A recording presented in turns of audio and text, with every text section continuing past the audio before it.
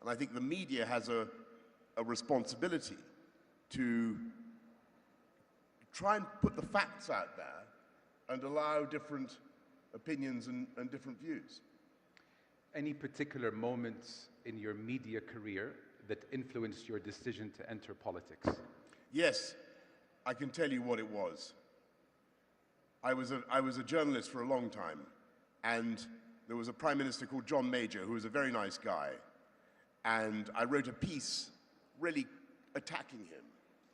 And I came down to, and I read this piece in the office that morning. I was about 35, and it was so horrible and so brutal to John Major, who was a nice guy. I thought, why am I doing this? Why am I being so cruel to this man who is only doing his best for his country? And I thought it was unfair. And journalism is a very privileged existence. You sit there, you have an expense account, you fly club class, or you used to, maybe not anymore, but you used to.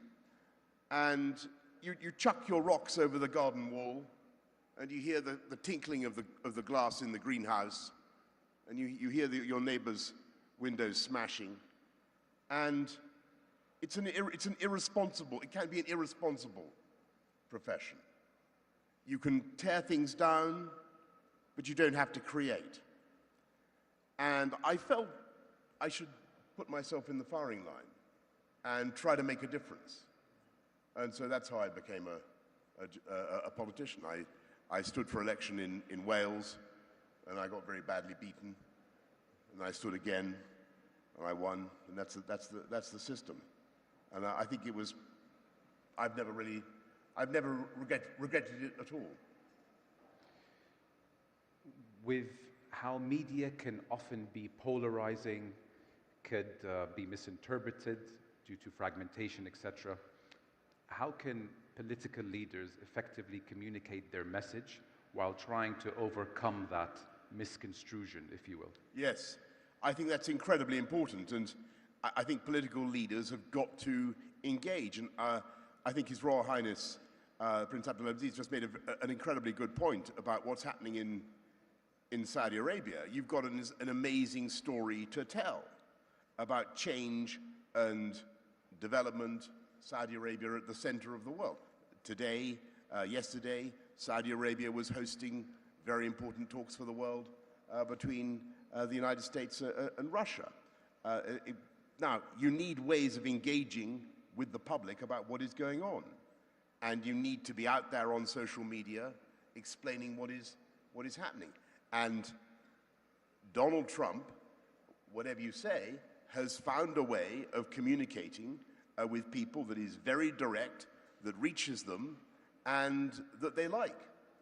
And so you've got to be out there. So my message, my answer would be, today, when you've got a great story to tell, you can't rely on other people to tell it for you. You've got to tell it yourself. Saudi Arabia has got a great story to tell. Make sure that you tell it.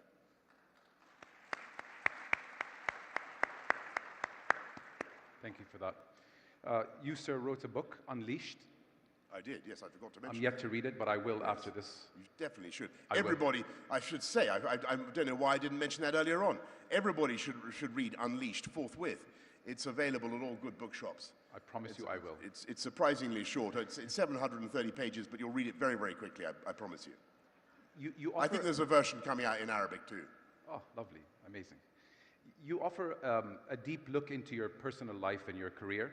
What inspired you to want to write a book at that moment in time on yourself? Well, I just thought it was a good idea, but I've got to tell you that the publishers were desperate for something. They said they wanted a book. They gave me what was, by my standards, a serious inducement by way of an advance, and so I thought, why not? And what I was trying to do was explain a story about believing in Britain and believing in my country. And it's a story about Brexit and everything that led up to it, about leaving the European Union, about taking back control, but it's also a story about unleashing the potential of the whole of the UK. So it's about what I was trying to do throughout my career as a politician over about 15 years or more. And so in London, I don't know how many of you have visited London, but London had an incredible success during the period when I was mayor, and a lot of the areas that were poorest were greatly lifted up out of poverty. We invested massively in transport, as you're doing here in Saudi Arabia. We invested in areas that needed regeneration and change, rather like you're doing here.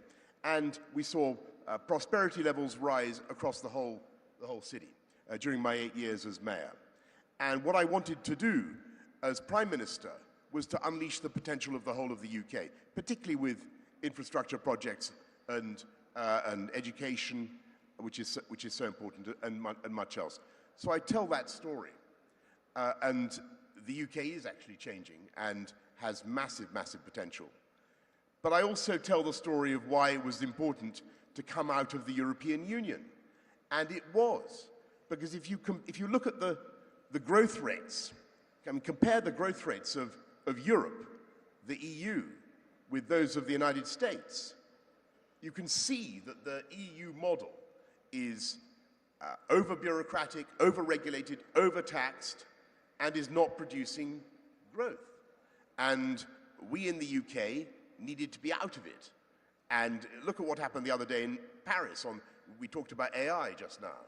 Look at what happened at the AI summit in Paris, where the US and the UK actually didn't sign up to the European approach on AI, because we don't want an over-regulated approach. We want to do things differently, and we don't have to sign up to the European Directive on Artificial Intelligence. And that's a good thing. I tell you, Brexit was also very, very important because it enabled us, for instance, to vaccinate our population much faster than other European countries, because we came out of the European Medicines Agency and we were able to approve vaccines much faster. I mean, it's just a small example, but it mattered hugely at the time in 2021, because we had about 1,000 people dying every day, frightened people dying every day from COVID. And it was of huge benefit to vaccinate them quickly. So I wanted to tell that story in the book. And it's a story really about unleashing the potential of everybody in the UK. I think that the government has a job to do with infrastructure, with health, with sanitation, with all those things. But then you've got to encourage the private sector to come in and deliver the jobs and the opportunities. That's the formula. And by the way, you see that completely in Red Sea Global, the place I've just been. It's the government of this country that's putting in the infrastructure so fast, and then it's the private sector that's generating the long-term economic prosperity, the jobs, and the growth. Boosting the local economy as well. And boosting the local economy, sure. Yeah. And boosting the world. I mean, this is going to be, I think this is going to be an asset for the world. I think it's going to be so successful that you're going to have a dilemma. I mean, just putting it out there, you're going to have a dilemma, Saudi Arabia, about how to cope with this success. Because everybody is suddenly going to want to come to Saudi Arabia. And I don't know what you're going to do about that. Over 40 resorts planned at Red Sea Yes. Global. It's a big number to go from Yes. 0 to 40 in a matter Yes. of years. Looking back at your career, Mr. Johnson, do you ever think, I don't want to use the word regret, but would you Yes. have done anything differently in hindsight? I think when I look back, I think what I would like to have done is somehow stop whatever happened in the lab in Wuhan, or the bat and the pangolin, or whatever it was that led to the outbreak of COVID. That was a disaster. And that made things very difficult for me. I had the problem of trying to cope with my backbenchers. That's the Tory party in Parliament, when I couldn't even see them for about 18 months. I couldn't meet them. It was very difficult to, I was very lucky when I was mayor of London, because it was a bit like being a sheikh. I was in charge. I was a monarch. It was a monarchical system, such as, and I saw huge benefits in that system in London. Nobody could challenge me. I said, I want to build a bridge. The bridge got built. It was fantastic. When I became Prime Minister, I had backbenchers who were very difficult. And, it was particularly difficult when I couldn't meet them. And they were all on Zoom. And they were on Twitter the whole time. And they were reading these terrible things about me on Twitter. I never go on Twitter, so I don't know what they were reading, but it wasn't good. And I think that was so I regret, to get to your point, I regret not really being able to interact with them enough. Back to Saudi Arabia, if we take the pillars of Vision 2030, or a few of the pillars of Vision 2030, we have culture, big investments happening in the culture world, in the sports world, in the tourism world, in the entertainment world. Has what we are doing here in Saudi reached the shores of the UK by way of... Not enough. This is my point. No. Come on, Saudi Arabia. Your story is incredible. But I'll be honest with you, I think there was a media campaign in London over Christmas saying, come to Saudi Arabia. And by the way, that's why I decided to try and bring my family on holiday here, because I thought, my God, this is amazing. This thing that the Crown Prince told me about 8 years ago, it's actually happening. And so I've come to see for myself. But if I may respectfully, humbly say so, the story here is so good and the ambition is so huge that I think there needs to be a more, speaking as a consumer of news in the UK, I think we need to understand more clearly in the UK, in the United States, across the whole of Europe, the whole world, what amazing things are happening. It won't take long. I think another year, everybody will realize what's going on. But I think when you've got a story like this, put rocket boosters under it. Put rocket boosters under it. This is an amazing thing. Will you come support England here? Yes. Okay. Yes, thank you. Thank you.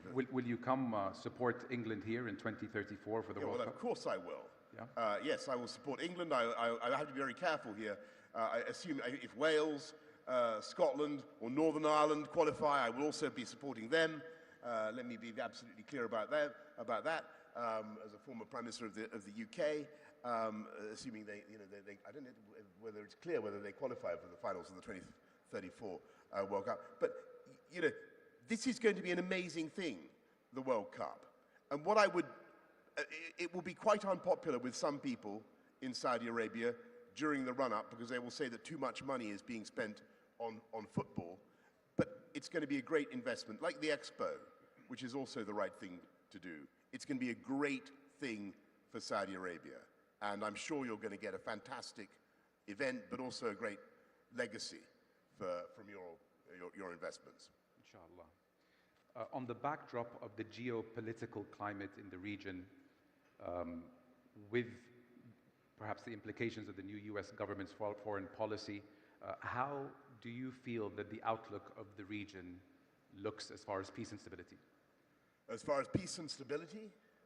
Well, look, again, I think that it's an absolute tragedy what has been happening in Gaza and Lebanon to some extent. I think our hearts bleed for the people of Gaza.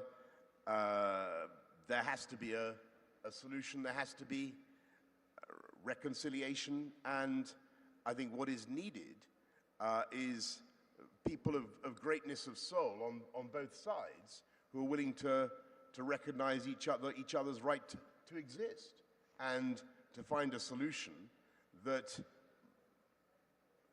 finally delivers what the British promised in 1917, which was a solution for both the Jewish people and the Palestinian Arabs. There has to be a two-state solution. And I really think when I hear what President Trump says about turning Gaza into Las Vegas, you know, whatever, you know, the Riviera. You know, come on, donnez-moi un break, as we say in you know, this is not realistic. But there is the germ of an idea there, which is that with different leadership, that area could be fantastically prosperous. And with goodwill and reconciliation, there could be a rebirth. And I think what he's trying to say is that it's for the countries in the region, and particularly, I think, for Saudi Arabia, to find a way of helping all that to happen. And the sad thing is that that was happening before October the 7th. And Saudi Arabia, I think, is playing and was playing a historic role in bringing long-term peace and prosperity to the whole region. What I believe and hope is that once we've got through this appalling business at the moment, Saudi Arabia will continue to fulfill that role. And I've got no doubt at all that under the leadership of the Crown Prince, that is what is going to happen.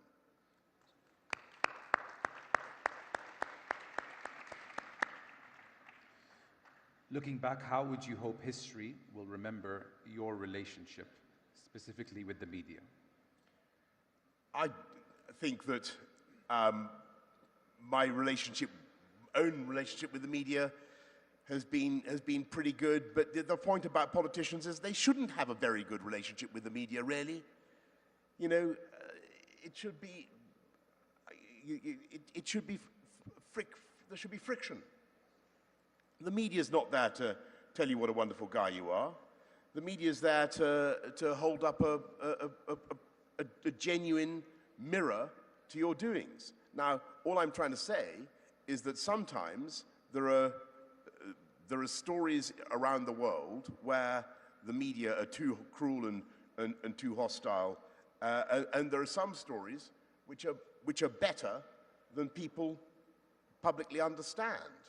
And I think the story of what has happened in Saudi Arabia in the last 10 years more is quite amazing. And I think that a responsible media should be covering it in full and explaining everything that's happening. I remember having lunch with Her late Majesty the Queen, with the Crown Prince at Buckingham Palace, and she was describing how, this was a long time ago, she was describing how she had driven His Majesty the King around in her own Land Rover. And that was at a time when it was very unusual, actually, even for women to drive, for women to drive even in the United Kingdom. I remember this. Do you remember this? Yeah. And today, look at the change. Look at the change in both our countries. And I think a fair and reasonable media would be telling that story. Can we sign off with these two questions? A message from you to the Saudi people, and finally, a message from you to His Royal Highness, the Crown Prince. Yes, well, first of all, I want to say to the Saudi people, as someone who's been here quite a few times now and has now taken his young family, I've just taken my kids on holiday here for the first time, you should be so proud. You should be so proud of what your country is achieving. I know this is a very young country and a very ambitious country, and quite right. You should be so proud of what Saudi Arabia is doing. And to His Royal Highness the Crown Prince, well, I hesitate to give him any advice since he's been much more successful politically than I have, but to put it mildly, but I would just say, keep going with what you're doing, and keep displaying the amazing courage, the political courage that you've shown so far, because as Winston Churchill said, courage is the most important virtue. And I think this country is lucky in having a leader with courage. Thank you very much, Mr. Johnson. Thank you. Really appreciated your time. Thank you so much.